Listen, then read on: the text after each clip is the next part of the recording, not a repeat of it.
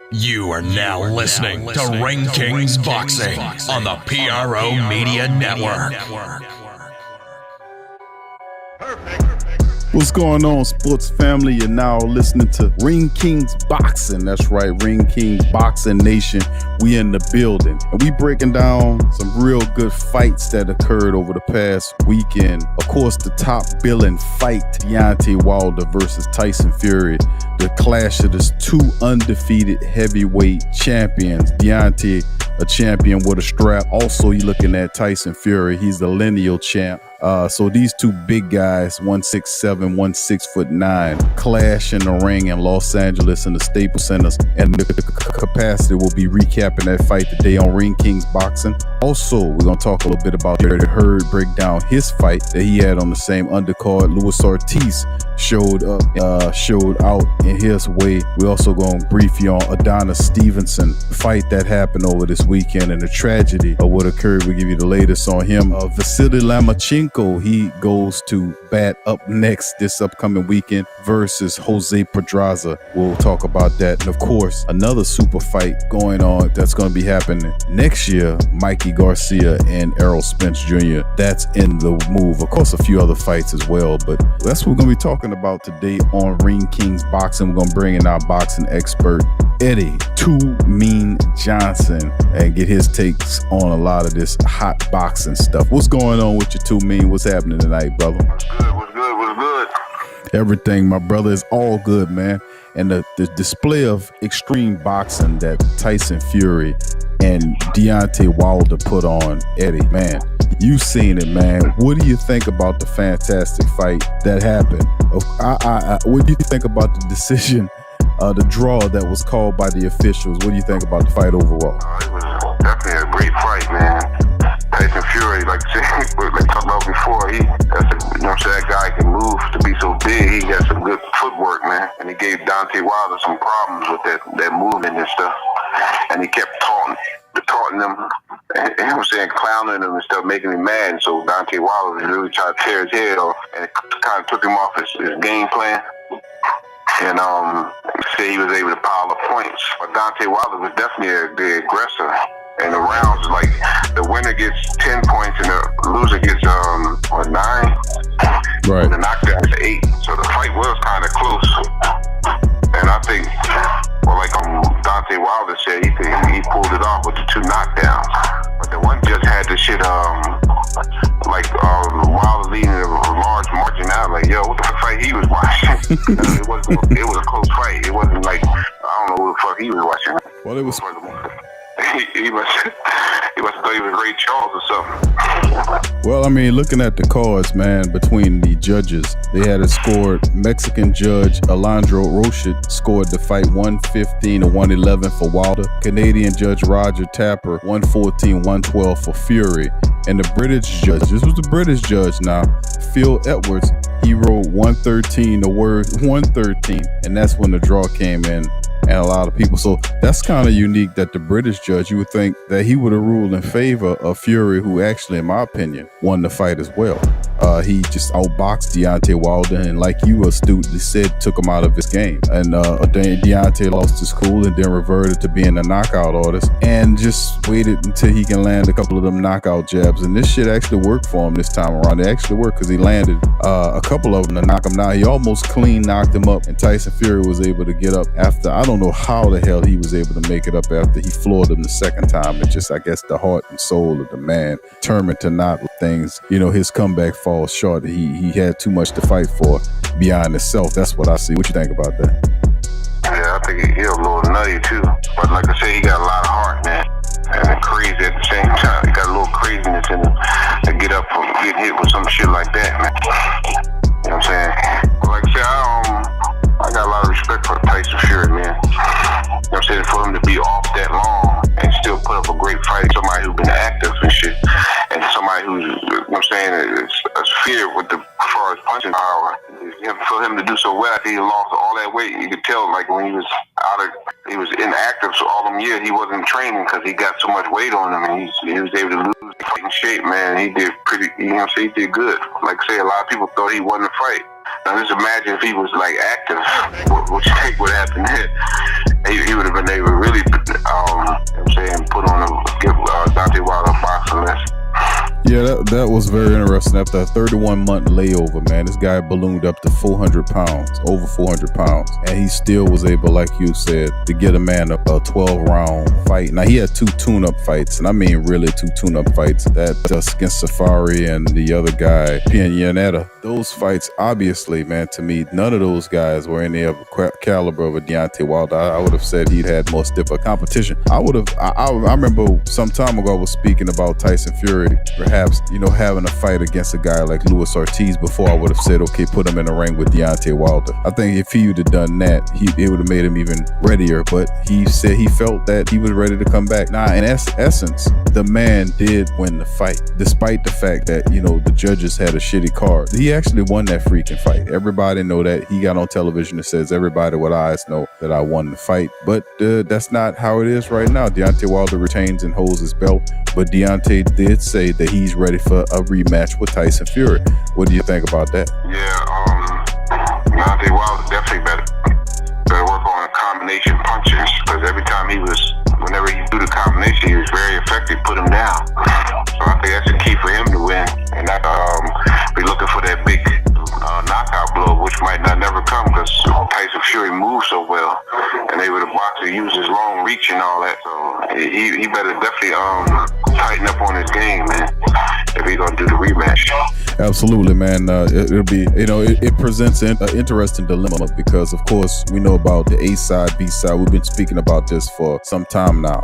A side, we're looking at Anthony Joshua. He holding 3 heavyweight straps. He's the king of the division, obviously, right now. But we have 2 mega-sized heavyweights. Deontay Wilder's the other king. He has his 1 strap. And then, of course, Tyson Fury, the lineal champion. Those guys had a great matchup. Now, everybody wants to see the rematch. Presents an interesting dilemma because Anthony Joshua and his team already have Wembley scheduled of April. So at any time, it could be one of those situations where you're looking at the B-side guys actually choosing to fight each other and kind of freezing out Anthony Joshua. What do you think about that possibility? Anthony Joshua, he said he's fighting. Well, it's supposed to have a fight. He have Wembley set up for April. He have that. He have a reserve for whoever. I guess he was anticipating the winner of the Fury and Wilder fight. But I don't think too many people anticipated being a rematch. It was a possibility in my mind because I thought this would be one of those fights where it could be good enough to be a trifecta. I mean, it might be, if styles make fights, Eddie, this could be a trifecta deal.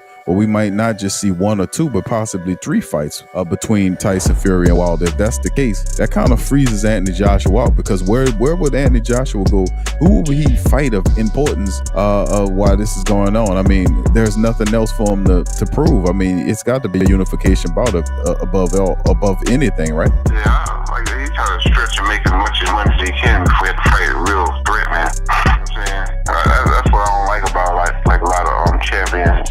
These paper champions now, they try to fight the easy fights to make as much money as they can defending the title before they really take a risk of fighting somebody that's, there's a strong possibility to get their title taken from them. I don't like that, you know what I'm saying? Like, they ain't like them throwback fighters, they fought the best. If it was another champ, they definitely got to fight. I'm like, you're probably going to be 1 champ in this division. Absolutely. That's how a lot of them used to do it. It's not the same no more. No. You got to thank the greedy cornermen for that too, because a lot of the times the promoters want to see them extend out their careers. They don't want to set them up against those heavy hitters right away. They want to get a couple of taxi cab drivers and beat up on them to make their records better, kind of extend out things. So, but that's the case in the welters, the heavyweight division. You can look at maybe 2 or 3 of the top guys that you're really looking at now. There were really a lot of good fighters in the heavyweight division in years, but really the guys that's bringing people to the seats to see is Deontay Wilder, the knockout king, and of course Anthony Joshua, what he's doing, and then of course Fury kind of talked his way into this deal. So we're gonna start monitoring the heavyweight, keep monitoring the heavyweight division, and see how far we take this thing. Now, moving on to our next group of topics, we did have on that same fight card Jarrett Hurd, who is the 3-belt champion in the light middleweight class. He did have a fight too, a comeback fight. Of course, he was injured, but he came back to fight and beat Jason Wellborn. Now, Wellborn was a former British belt holder. He's a pretty small guy, but he has a lot of heart. He was fighting with Hurd inside. Didn't like how this fight went, even though Hurd did stop Wellborn with a knockout, hit him with a body shot in the 4th round. But I did not like how this fight proceeded through the first 2 or 3 rounds. I thought Jarrett Hurd could have dominated the guy. He fought the way the guy will want you to fight him, because he didn't have a prayer unless you fought inside or fought close. He could have fought a lot better. I didn't like the display of what he put on in this fight. And then, of course, Charlo got in the ring with him at the end of his win and told him, this kind of junk that you pull tonight is not going to help you against me. You know, you're going to have to do better than this. And Charlo talking mean because he knows that his style, he definitely has the ability, I think, to beat Hurd. If Hurd fights like he fought against a Wellborn, he fought down to the level of his competition. I didn't like that. I thought he should have dominated this man. Not to say that the man was crap or garbage, but Jarrett Hurd should have dominated Jason Wellborn. You know, he would have dominated him in this fight, and it didn't. It just didn't look clean to me. It was a dirty fight. He took too much abuse. He beat up, got his eyes swollen for no apparent reason. So I agree with Charlo. You can't beat them guys fighting like that. So what do you think about Jarrett Hurd and a potential matchup with Charlo coming? Yeah, I think their styles are tailor-made for each other. I get the edge to Charlo. Yes. Because of Jarrett Hurd, he gets hit too much. Too much. And if he take that type of hits from Charlo, he, you know what I'm saying, he gonna definitely get his ass knocked out or hurt. You know what I'm saying, hurt. You know what I'm saying, your defense gotta be tight dealing with them Charlo brothers. You can't take that type of punishment. That's not a good sign for a fighter that takes too much punishment anyway. Because your career don't last long. You're not punishment like that. Yeah. I've seen it happen so many times. Like people that get hit too much, they just not last long like that. So, you know what I'm saying? He definitely got to tighten up on that defense, and they'll get hit that much. Absolutely, man. I think you're right. I just think it's the Charlo's time's coming. 2019, this is supposed to be going down when they finally have a fight set. Of course, Jarrett Hurd said that he'll take another fight before he take the Charlo fight. But we anticipating late 2019 when those two middleweights to get in there and light middleweights to get in there and show what they can do. Also, more on the fights that happened during the weekend. Notable fights of Luis Ortiz faced off against Travis Kaufman. Kaufman, a kind of veteran guy, and Luis Ortiz able to beat him, stop him in the 10th round. Of course, he did knock him down a few times during the rounds, but ultimately it took Luis Ortiz 10 rounds to dispatch Travis Kaufman in this fight. It was pretty much Luis Ortiz from the get-go. Kaufman did some gesturing toward him, but this just another cab driver bites the dust. And Luis Ortiz continues to build his resume, getting closer and closer. He had an opportunity last year with early this year against Deontay Wilder. Gave him a title shot. Looking at Ortiz in his last 2 tune-up fights that he had, what do you think about him, Eddie, in a potential fight for a belt? In your opinion, do you think he'll ever get another shot at the belt with Tyson Fury and Dylan White and Big Baby Miller and the rest guys lurking about? Where's Luis Ortiz in that mix? He's like one of the top dudes, man, out here, and most feared because the way he moves. You know what I'm saying? Plus, he got tremendous skill, man. You know what I'm saying? That's why a lot of dudes are avoiding fighting him. But all he got to do is just stay sharp, stay busy. So when they ain't gonna be able to forever. Somebody's gonna have to face because he's in the top in the ranks. You know what I'm saying? They can run for so long. If he just stay, then he'll be ready for one of them dudes to have to fight him. You know what I'm saying? That way I think he'll probably beat most of the dudes out there anyway. Luis Ortiz is definitely serious stuff, man, and he continues to kind of thicken up his resume for a potential. Hopefully he can get a good one. It was rumors about Dylan White, him facing off against each other work, and ultimately Hearns and Dylan White camp with a rematch against Derek Chisora for the money out in Britain. Although I would love to see Ortiz and Dylan White, perhaps that'll come up later. Maybe with Tyson Fury and Deontay White and each other, perhaps Luis Ortiz might get a shot at Big Baby Miller, or perhaps we might see a Anthony Joshua Luis Ortiz bout. I would pay to see that. I would love to see that. Luis Ortiz versus Anthony Joshua. I would love to see that. So we'll just keep monitoring and see how it goes as Ortiz, the boogeyman of the division, the heavyweight division they call him, continues to kind of make his bones about it. Going to the next topic, of course, we know a British heavyweight, Joe Joyce, was able to flatten Joe Hanks, put Joe Hanks to sleep in that same undercard. Also, some important news to give you. Canadian champ Adonis Stevenson, who was rushed to the hospital to the emergency room after his fight, Saturday night. He is now in a medically induced coma after a knockout defeat. He took a lot of abuse in that fight, and he was in critical condition after being knocked out in a light heavyweight fight in Quebec City on Saturday. Eddie, this is one of the things we talked about this, man, pre-show, about the seriousness of boxing. People don't really see that until they, hear about it, until some of the bigger fighters actually experience some of the drawbacks. This man's in a medically induced coma. Possibly he might not come out this coma. He could, and then again he might not. This kind of spotlights the dangers of boxing. Speak to the people about the dangers of what really the risk fighters face in this dangerous sport. Some prayers out to him that he do come out the coma. Absolutely. Yeah, and then second thing, have a good trainer and corner people that knows you very well and know when to stop a fight when you're taking too much punishment. The trainer definitely has to know the fighter well to keep, to protect his fighter. Absolutely. Don't let him take too much punishment like that. And I just my point go out to him. May the Most High have a speedy recovery, man. And he recovered from that. And it's just a very dangerous sport, man. You know what I'm saying? Very dangerous. Like fighters can't be taking that type of punishment like that. Their careers don't last long. You definitely have to master defense. One of the ways of doing that is have great offense. Then prepare the body, preparing the legs and your neck and all that stuff to absorb that punishment a little better than what a lot of these dudes are. It's not. A lot of these cats are not training what these old time trainers, man, to teach you how to avoid getting punched like that. Like roll with the punches like that. A lot of them, they're not getting taught right. Like a lot of them old throwback trainers, man, they taught you how to roll the punches so they don't land flush on you like that. So you won't be, your brain don't be shaking up like that. When you get punched with a little punch, it's like the whole brain shakes up like a bowl of jelly, man. And that shit ain't good if you constantly getting hit like that with solid punches like that. And not be able to roll with them and, block them, whatever, and back up, use your legs to get out the way and stuff like that. Take some of that steam off the punches. A lot of these guys are not getting taught that. And that's, like I say, the trainer definitely got to know the fighter and know when he had too much, man. So, I think this should be a lesson, too, for a lot of people. Like, look, man, get to know your fighter and know when he had enough. And stop that shit before he really gets, get hurt like that. Absolutely, man. That's well said. And and I like to echo that sentiment to Adonis Stevenson and his family, man, that he has a speedy recovery. That's nothing but the best for that brother in this very vicious sport, man. This was mentioned to Wilder. He shed tears on during the moment when they told him about Adonis Stevenson, because he understands and realizes, and he made a mention of it after the fight, that both of them were healthy enough to leave the ring and go see their family. So, hopefully this could be something that he can, as Adonis Stevenson is a great champ. So hopefully, with our prayers and to his family, that he can be able to make it through this tough ordeal as well.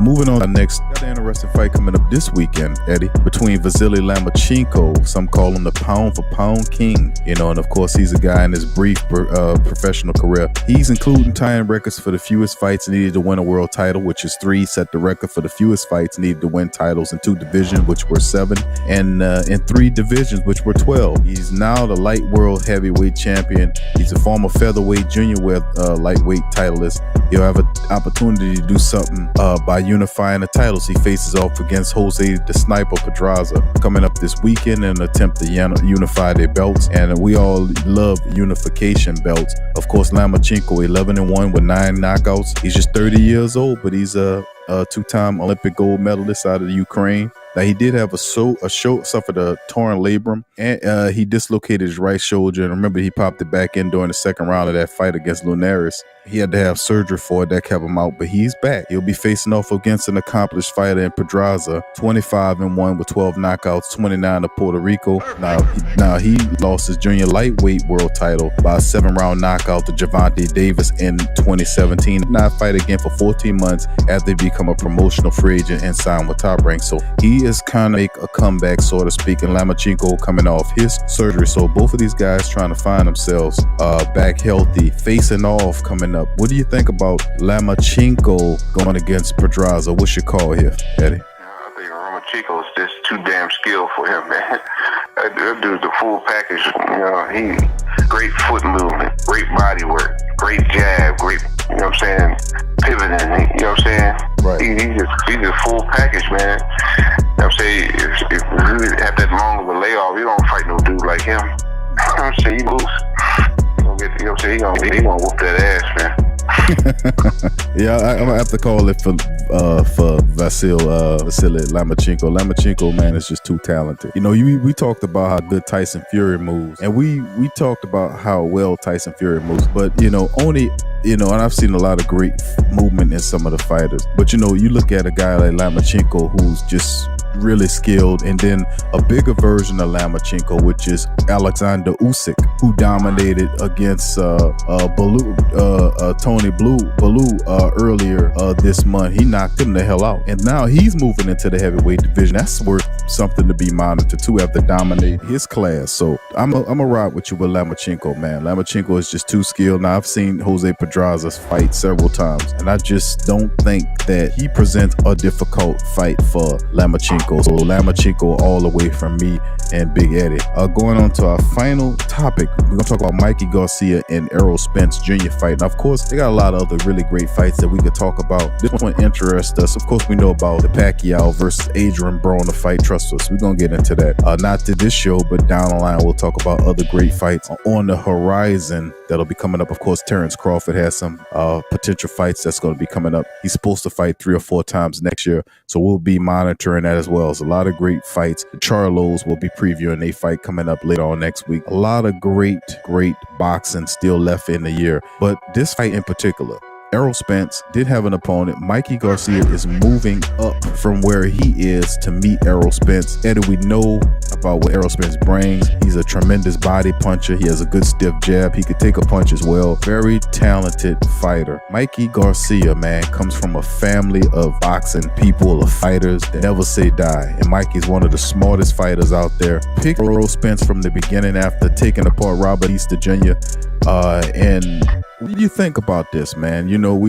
This is a really interesting fight to me because, the height advantage, the length advantage goes to Errol Spence. Errol Spence never faced a guy like Mikey Garcia, and Mikey Garcia has never faced a guy like Errol Spence. So what is your call on this fight? What do you think happens in this fight between Garcia and Spence Jr.? It's not gonna be an easy fight for either one. You know what I'm saying? They say Errol Spence is way bigger and stronger, but you gotta know Mikey Garcia. You know what I'm saying? His brother Jim, people come to there that can hit hard, have tremendous body work that he spars with constantly. So he's used to that, man. Like what's his name? Maidana. Yeah. He hits hard like Errol Spence. Yep. With the body shots and stuff. And he sparred him. They spar a lot of other big guys, man. So, like I say, you're a skilled boxer. Weight does not matter, man. Look at Roy Jones when he fought what's his name? The heavyweight he beat. What's his name? He won the WBA heavyweight champ, and just like Sugar Ray Leonard when he moved up to fight at the light heavyweight down in the line, because they got the skill to do it. You know what I'm saying? Speed kills, man. You gotta be speed, you gotta carry Errol Spence fast, man, make him tire himself out, because he ain't used to kidding because he like it. You know what I'm saying? So I would like to see how you know what I'm saying, Errol Spence, he can definitely dish it out, but I want to see if he can really take it, man. I want to see if he can really take it, then I'll be like, because like I say, he ain't really proved that to me. I mean, I like Errol Spence a lot, man. You know what I'm saying? I think he's very skilled. Like I say, he ain't really fought nobody like that yet. So what Mikey Garcia, that'll definitely be a test for him. Like you said, Mikey Garcia come from a whole family of fighting. His brother, his father, grandfather, all of them. You know what I'm saying? They can fight. And he grew up in the gym, so it ain't gonna be no easy walk for Errol Spence like people think it's gonna be. No, of course not. It's gonna be an interesting fight. I think it's gonna be a tremendous fight, to be honest with you, because like I said, Mikey Garcia handpicked Errol Spence, and obviously he's seen something in him that he can exploit. He wouldn't take a fight that he thought the guy would beat him up. Of course, he ain't taking it to be easy, because Mikey Garcia don't do anything like that. He's looking for people to challenge him, to bring out the best of him, because that's what champions do. And I gotta applaud the Garcia family, man, because that's the right way to do it in boxing. We don't run from people. We don't set up and run from people. He made a good point. You know what I'm saying? That Errol Spence was definitely going to bring out the level in Mikey Garcia, too. You know what I'm saying? Because, like I say, the more dangerous a fighter may appear to be, it's going to bring out, like I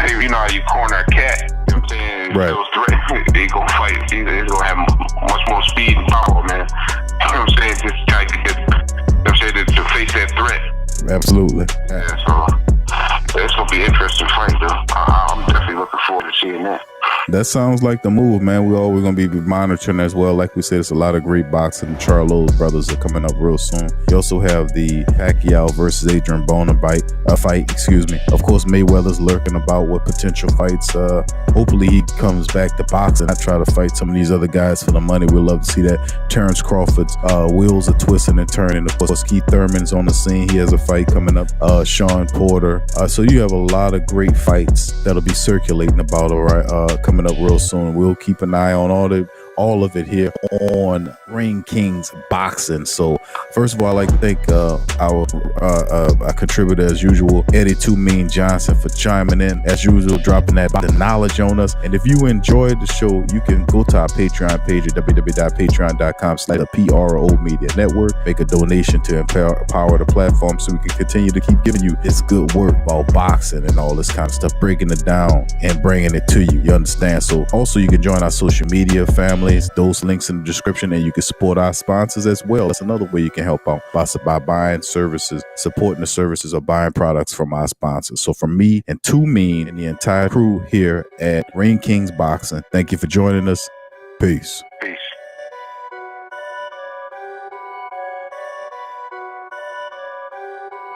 Perfect.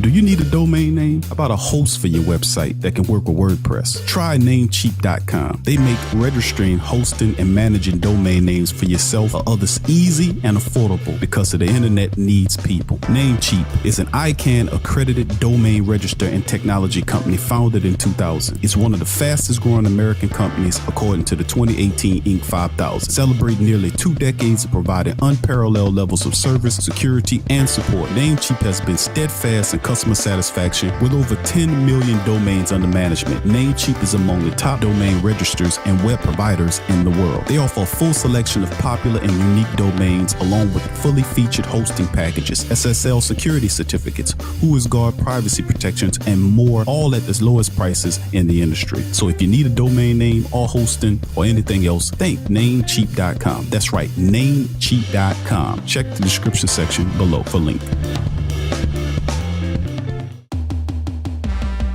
What's up, Sports World? The PRO Media Network is on a mission to reach 10,000 subscribers. So besides our regular programs like the Sports Coma with Big Q and the guys, the Pelican Post Game Report, Rapid Fire TSC, and others, we will be expanding out and offering other content like movie, anime, and gaming reviews for your entertainment. So if you enjoy our content, please donate at our Patreon page. Also subscribe, comment, and share.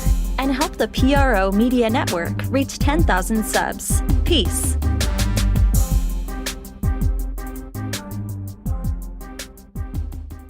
Go to newfrog.com for all of your electronic gadget needs. Fast becoming #1 online seller of cell phone and accessories, consumer electronics, automobiles and motorcycles, home and garden items, 5D diamond painting crafts, electrical and tool supplies, computer and networking supplies, lights and lighting supplies, sports and travel items, toys and hobby supplies, apparel and accessory, mother and kid items, health and beauty items, and much, much more. Newfrog.com has up to 70% off on some products. And you can check out their weekly promotions for all the best deals. Remember, when thinking online electronics and gadgets, think New Frog, newfrog.com. Check the link in the description section below.